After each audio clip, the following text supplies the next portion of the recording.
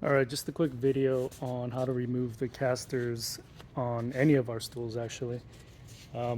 It's just a simple stem, so you just pull it straight out.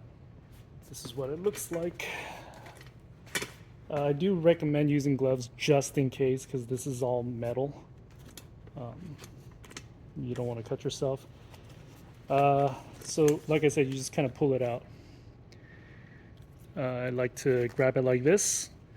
There's a little ledge here. I like to put my finger here. Just as leverage, and then just pull out like that.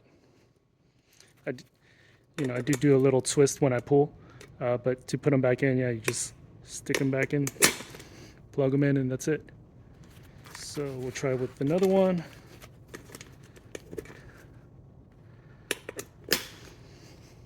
And that's it.